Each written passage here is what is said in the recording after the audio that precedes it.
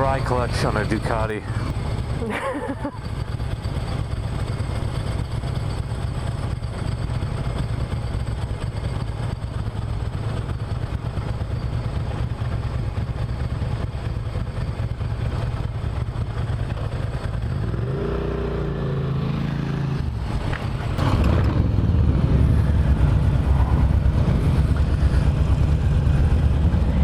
And we're off.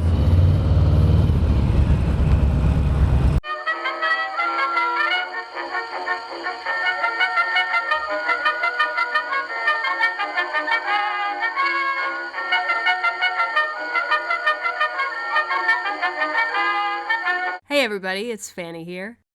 In my ongoing search for my new UK motorcycle, I convinced Dick to take a ride on a couple of Harley Davidsons. In this episode, I ride the Harley Sportster 48 while Dick rides the Lowrider S. The 48 is an air-cooled Evolution 1202cc V-twin. It delivers 73 foot-pounds of torque with a mere 60 brake horsepower. It's Kevlar belt-driven, it has a 5-speed transmission, it runs 16-inch wheels front and back. It specs a single disc brake on the front and rear with ABS, which is an $800 add-on in the US. It has a low 28-inch seat height, which I really appreciate, and a 2.1-gallon fuel tank. This version has stock exhaust, which I was disappointed to learn sounded a bit soulless. It has halogen lights and indicators, which seem a bit dated to me for 2020. This is my first time on a Harley Davidson, and I have to admit, I'm excited to see what all the hubbub is about.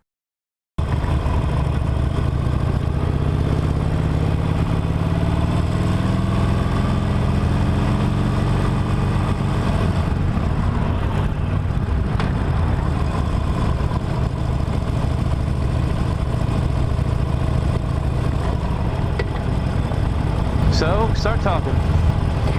Wow, I'm just, you gotta give me a minute to collect myself here. I think I just pissed my pants. Honest to God. I mean, wow, if you look up the definition of torque in the Oxford Dictionary, interestingly enough, it'll have a picture of an American Harley Davidson. Wow, what are my initial impressions? First of all, I'm really excited to be, it's my first time on a Harley Davidson. I'm a bit nervous for the excess in case I f*** anything up with this thing. I tell you, the first thing that catches me is the sound.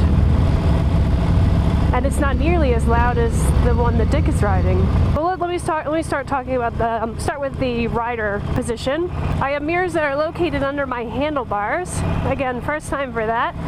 Is a bit awkward because I got to keep looking down. I'm a bit stretched out on the stock handlebars, but I think that would be reconciled with a nice pair of ape hangers. And I think with ape hangers, this would be really a lot more comfortable for me. Very comfortable with my leg position, both feet on the ground. It's a bigger bike. And again, for my short inseam, I don't feel that it's a problem, you know, if I have to hold the bike up. I think on the road, it's a formidable bike. The thing about Sportsters, when I used to, you know, look at them before they came out with the more formidable Sportsters, is they always just seemed like a bike that was really small. You know, it was the small Harley. It was like the baby Harley. I do have to get used to the fact that the turn signals, the right is on the right handlebar and the left is on the left. It should be intuitive for me, but I just keep moving my left thumb looking for the right turn signal.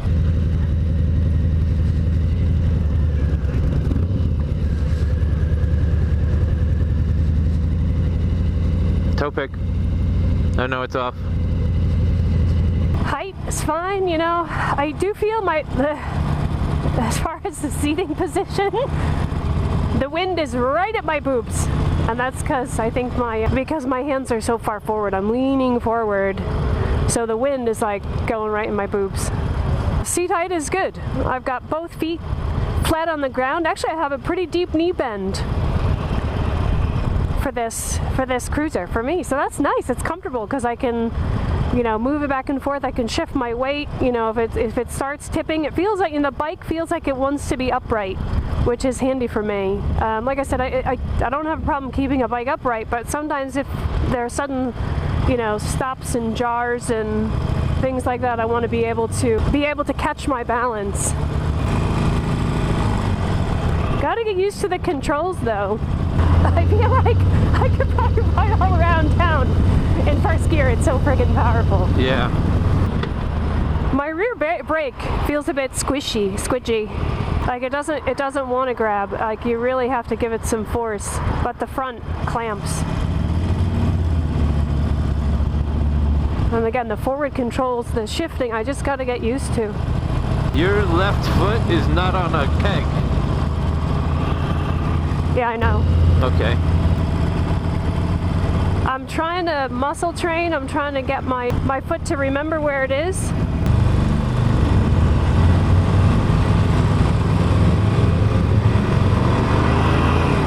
Oh my God. This thing cooks. Yeah, this thing cooks. This is powered. Interesting, my feet and my legs are vibrating. The foot pegs are really vibrating, but I remember you saying that they would, and they should, because of the V-twin engine being right near the pegs. But I could see your feet would get numb after a while. Oop, I'm going, yeah, I gotta slow down. But you know what? It doesn't feel like I was going. Didn't feel like at all. And that was in second gear.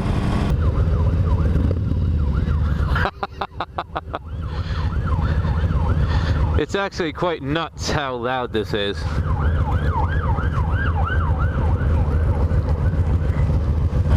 See, but I don't hear it a lot up here. It's not as deafening like Matt's bike. Yeah. Like I can really hear Matt's bike. And I'm sorry if I look really hesitant on this thing. I'm just...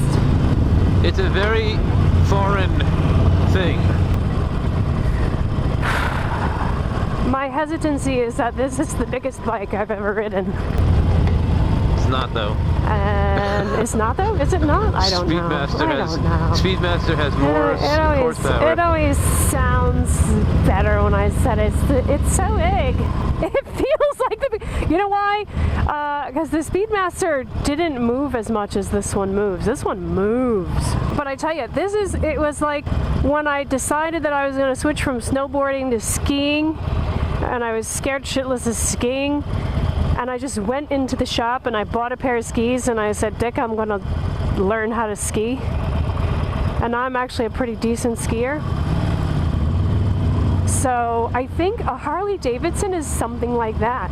And it would be for me. I would have to say, yeah, there's so much I like about this bike, if there are things that I really, really like about this bike. And then I would have to make the bike my own.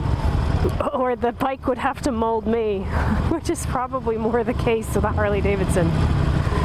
So you're saying there's a learning curve, but you'd probably tolerate having to learn it? Oh yeah. Well, because I think as a rider, because I've been riding for so long, it's like I can recognize a bike that I would grow to like if I see it. But I think the biggest fear for me is, or the biggest problem is fear. Fear and intimidation. Well, speaking of fear, follow me. We're going to filter. Come on. Oh, for f***'s sake, Dick. Come on. I tell you, these mirrors are fucking like a frying pan without a handle. Pop in behind this beamer. All right, here we go again. Oh, come on. Why? Why?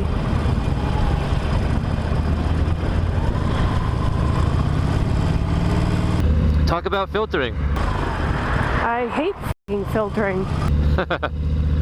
That's what I'll tell you. You want me to talk about filtering? I f***ing hate it. I know, look, I know that it's a necessary evil and it's a great thing if you're in London, but when you're on a bike that's not second nature, you know, it's not your bike and you're not used to riding it, filtering is a bit it's like being a passenger when Dick drives. I gotta say, you look sexy on it. Well, thank you. All right, we're gonna filter again. Come on.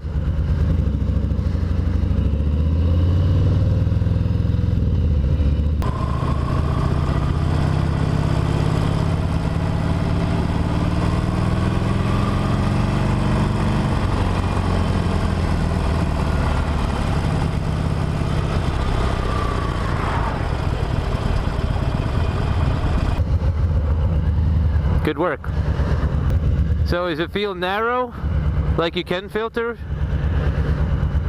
Yeah, except for the handlebars. The handlebars seem a bit wide, but I'm telling you, these mirrors are absolutely worthless. What do you mean? I mean, I have to take my both eyes off the road. I can't just look at it with one eye. Just kidding. You have to really look down. You have to put your head pretty far down to see them. All right, stay with me and I'll clock. Here we go.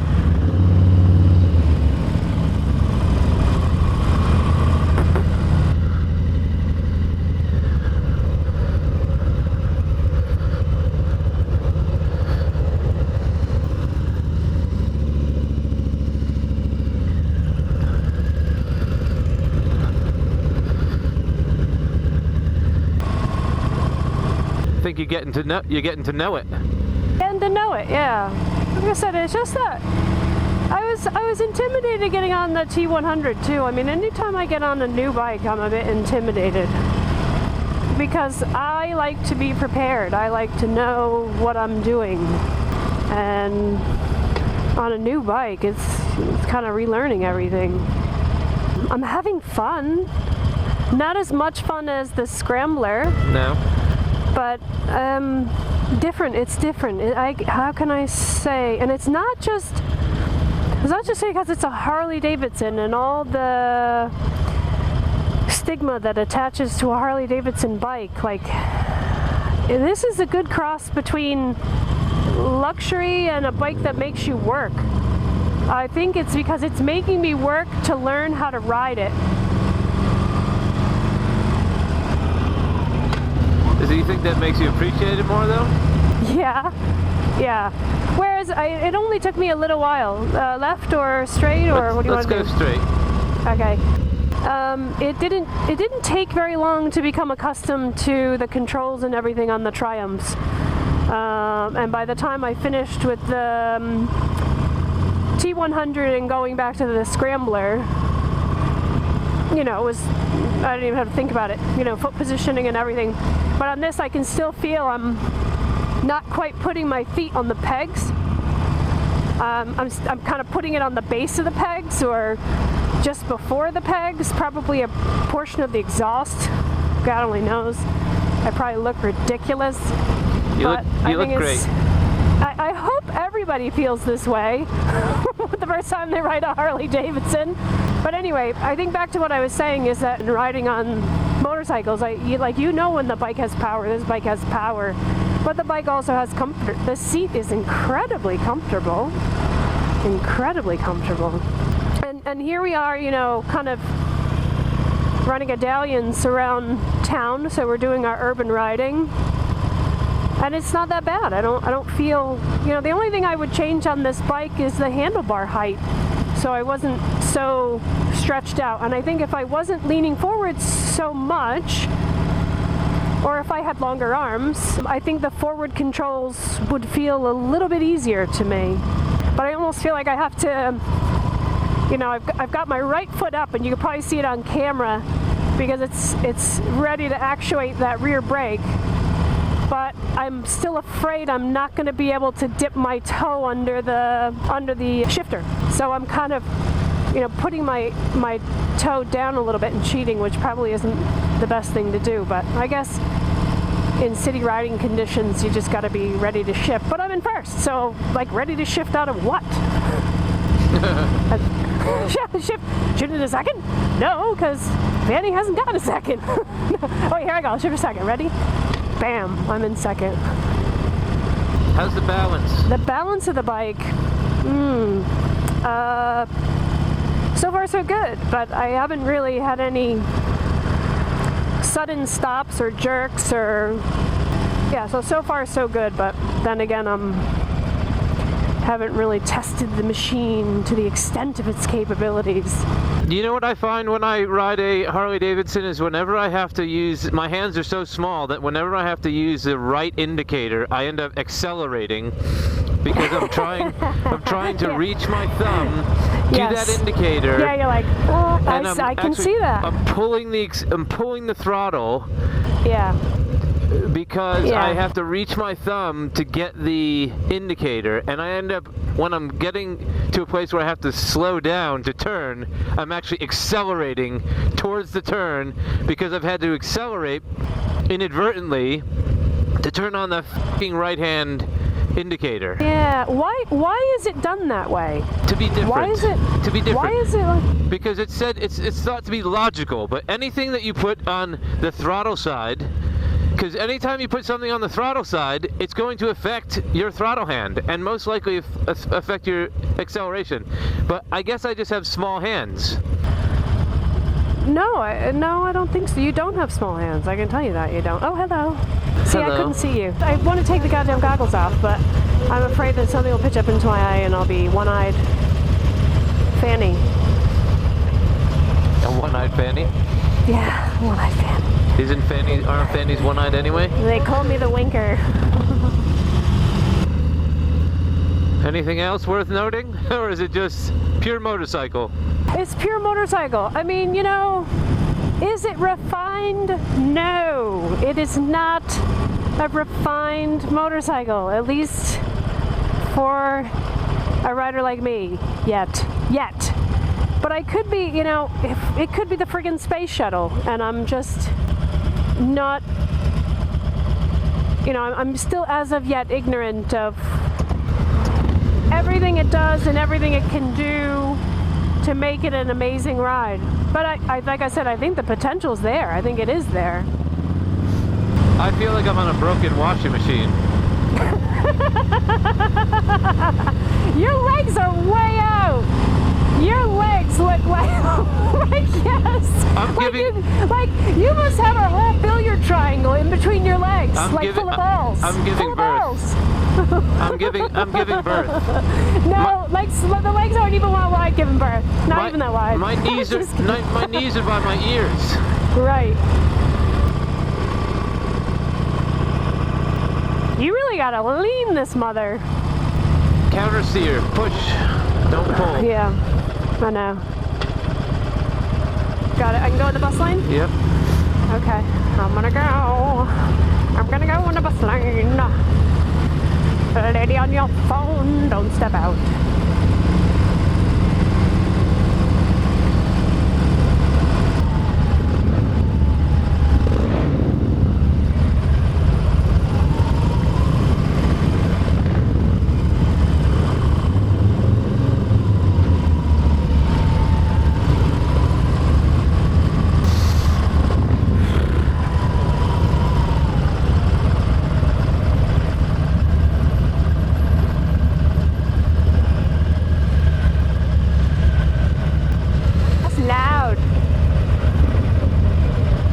When we get through this congestion, we'll switch bikes and head back. I don't know if I can ride that one, hon. We'll go to a side street, just put your leg over, try and go 10 feet, and then if you don't want it, we can get back on the other bikes. What's the size of the engine on that? I think this is the 114. I don't know what that means.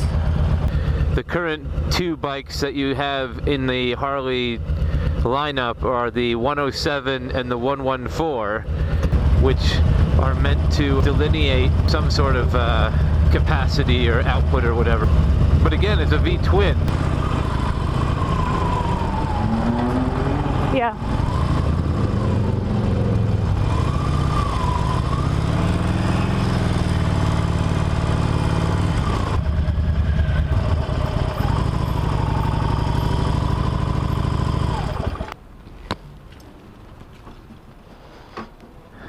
So, yeah, we're on an off-camber. I was like, holy crap. So just try this one up this road and see if it's worth giving it a go.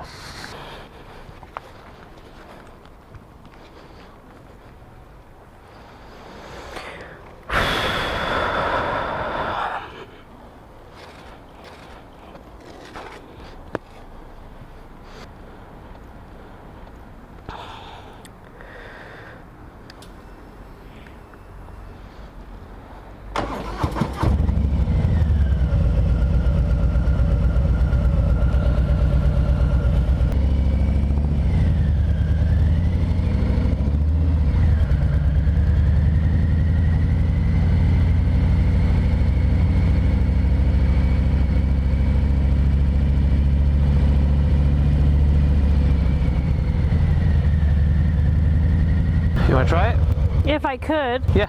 I don't know if I'll be able to filter with it though. We won't have to filter. If you're not comfortable with filtering. What's the price differential? I'm not entirely sure. That'll be a question we need to ask. What is this one called? That's called the Lowrider S.